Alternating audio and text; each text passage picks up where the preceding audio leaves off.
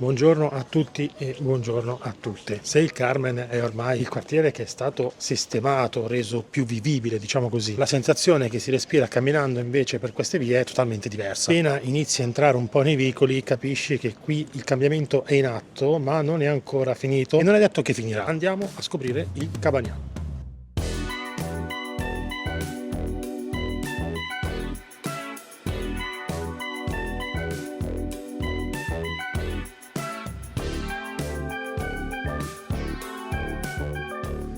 Non è sicuramente un luogo che si può comprendere subito perché non è lineare, cioè è un cambiamento continuo. È proprio uno di quei quartieri in cui basta fare due strade, girare a destra, cambiare via, prendere quella parallela e cambia tutto. Passi magari da zone che sono più tranquille, più curate, a zone dove non si capisce niente, dove ci sono ancora delle vecchie rovine, ci sono delle case in costruzione o in distruzione. Solitamente si può dire che c'è qualcosa di irrisolto. Da sottolineare, non si tratta di una sensazione di paura. Questa sensazione che puoi sentire dentro, proprio la percepisci, è quella che ti fa capire che qui è in atto il classico fenomeno di gentrificazione e turistificazione, ma c'è una fortissima resistenza. Questa forte identità il quartiere se l'è portata dietro negli anni, nel tempo, anche quando sono iniziati i cambiamenti più pesanti, quindi hanno iniziato a distruggere le case per dare spazio a nuovi edifici che poi sono Airbnb. Sono stato qui poi nella settimana santa, quindi ho percepito proprio l'attaccamento che hanno le persone che sono nate e cresciute in questo quartiere. C'è proprio un'autenticità importante che ho trovato raramente in giro per i viaggi che ho fatto. Diciamo che c'è un senso di appartenenza e un legame alle tradizioni che non è indifferente, e secondo me sono proprio le tradizioni, il legame con la terra che permettono la non evoluzione della gentrificazione e la possibilità di porre un limite alla turistificazione, riuscendo a salvare, anche se solo in parte, il quartiere.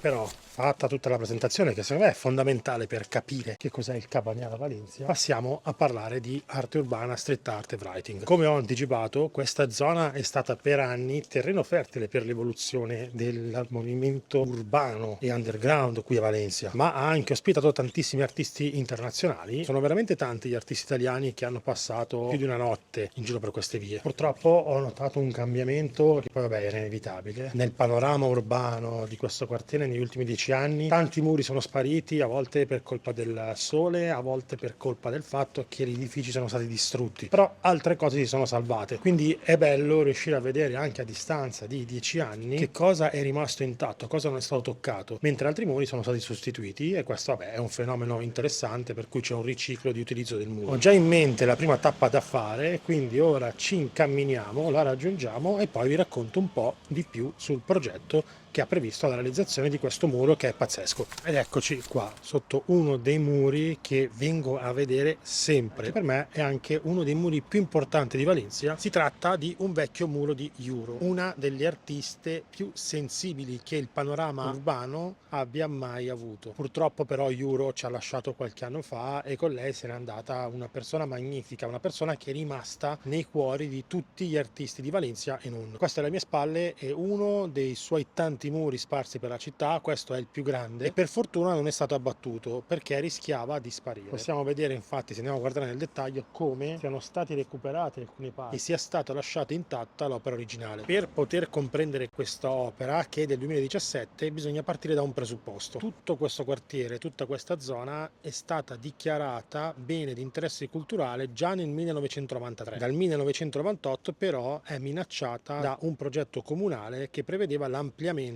del vialone che si trova di fronte a me e che attraversa proprio la parte centrale del Cabagnal e arriva fino al mare. Questo mega progetto prevedeva l'abbattimento di quasi 1650 abitazioni. Quindi siamo ancora una volta davanti all'eterno conflitto, quello tra la conservazione di un patrimonio culturale e lo sviluppo speculativo ed edilizio di una città. E allora perché questo muro è importante? Poiché questo muro si trova sulla facciata della prima abitazione che sarebbe stata abbattuta qualora il progetto fosse andato avanti. Quindi se mischiamo il fatto che l'artista non c'è più, che l'opera è bellissima e il significato culturale, questo rientra assolutamente all'interno di uno dei patrimoni artistici urbani di muralismo di Valencia che bisognerebbe mantenere. Se poi facciamo facciamo semplicemente un giro. Opla. Qui abbiamo invece un'opera di Dulc, che è il muro più recente di Valencia e che ha sostituito una vecchia opera di cui adesso vi metto un'immagine. Dulc, che è un artista spagnolo, uno degli artisti più influenti quando si parla di muralismo urbano contemporaneo in Spagna, ed è un'opera che punta a celebrare la biodiversità marina, ma soprattutto sensibilizzare sul problema delle specie in via di estinzione. Cosa bella è che tutto questo è stato creato in collaborazione con l'Oceanografico di Valencia e quindi è una collaborazione fondamentale.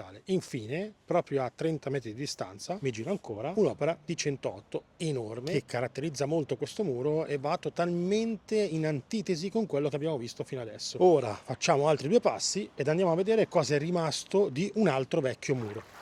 Come sempre vi ricordo che questo video è offerto da Disagismi Urbani, il mio podcast e la mia newsletter, perché se sei una persona interessata a questo mondo dovresti prenderti del tempo ed ascoltare piano piano tutto il podcast per iniziare a comprendere meglio come capire questa arte sui muri e come leggere le città in maniera diversa. Oltre a questo dovresti iscriverti alla newsletter per ricevere ogni mese un editoriale in cui cerco di affrontare un tema e fare un approfondimento, aprire un discorso. È un modo semplice di supportare il mio lavoro e di supportarmi, quindi ti invito a farlo. Ora torniamo ai muri. Camminando un centinaio di metri si arriva in questa piazza che vedete alle mie spalle, che è uno spazio costruito recentemente, però non è questo quello che ci interessa, bensì è quello che c'è alle mie spalle, un vecchio muro di Bosoletti. Vi metterò a confronto le foto di quando sono stato qui anni fa per farvi vedere com'era totalmente diverso. Mi spiace perché non ho i video. A parte il muro era intero e questo era un parcheggio, ma una zona totalmente abbandonata. Il titolo di questa opera è Protégeme, cioè proteggimi, ed è stata realizzata dall'artista con la tecnica che ormai lo caratterizza da decenni, quella della realizzazione pittorica in negativo. Per chi non conosce Bosoletti, infatti, a prima vista questo muro sembra strano, sembra che i colori siano totalmente sbagliati, siano opposti, ma basta l'utilizzo di un filtro fotografico, inverti per intenderci, per vedere l'opera cambiare colore ed avere dei colori che sono più naturali. Perché vi mostro quest'opera? Perché è importante non solo per Valencia, essendo un'opera molto vecchia, ma lo è anche per Bosoletti. Infatti si tratta di una delle sue prime opere realizzate con questo stile. Era ancora in fase di sperimentazione. Uno stile che Bosoletti ha scelto per incentivarci a guardare oltre, a non fermarci solo alle apparenze. Infatti noi siamo spesso abituati a vedere le cose in maniera superficiale e a fermarci solo a ciò che vediamo subito, mentre basterebbe un po' più d'attenzione per poter andare più nel profondo e magari capire meglio qual è il messaggio che abbiamo davanti a noi. Per di più l'opera era anche accompagnata da una poesia, ma la poesia ormai non esiste più, è stata cancellata. Adesso facciamo un'altra camminata e andiamo a vedere un'altra opera.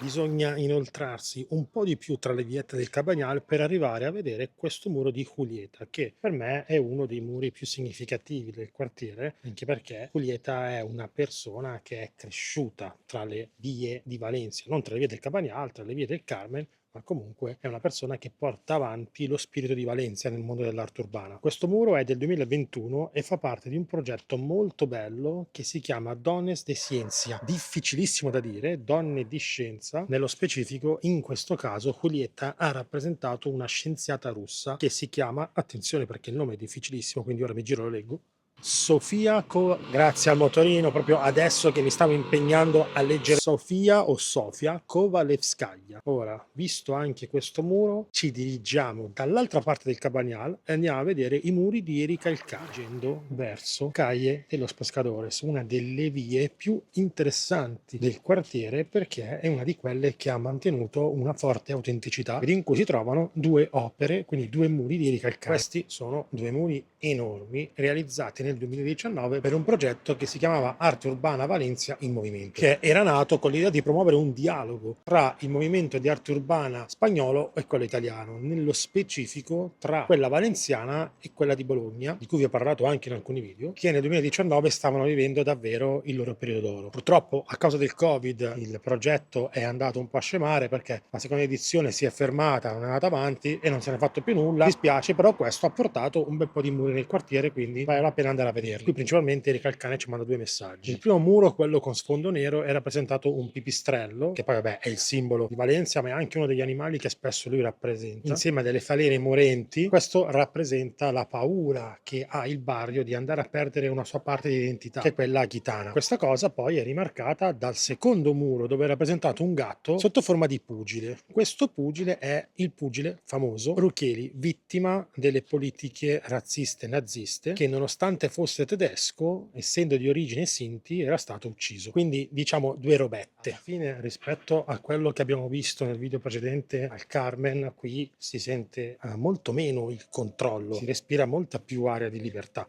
Diciamo che si sente molto meno quella sensazione che tutto sia sistemato al posto giusto, fatto apposta per i turisti. Quello che abbiamo visto assieme alla fine è solo una fase. È facile che fra qualche anno sarà ancora tutto diverso, però come detto all'inizio sono dell'idea che si riuscirà a mantenere una certa autenticità in questo quartiere. Preparatevi, perché nel prossimo episodio ci allontaniamo totalmente dal mare e andiamo insieme a scoprire cosa succede e cosa sta succedendo nelle vie del quartiere Beni Maclet. Tra le altre cose, non vedo l'ora di mostrarvi uno degli edifici più belli di Valencia, una roba pazzesca. Io sono sempre di Sajan, se avete voglia di commentare fatelo, lasciate un commento, iscrivetevi al canale, supportate come potete per potermi permettere di andare avanti con questi progetti di documentazione dell'arte urbana nelle città europee. Ciao!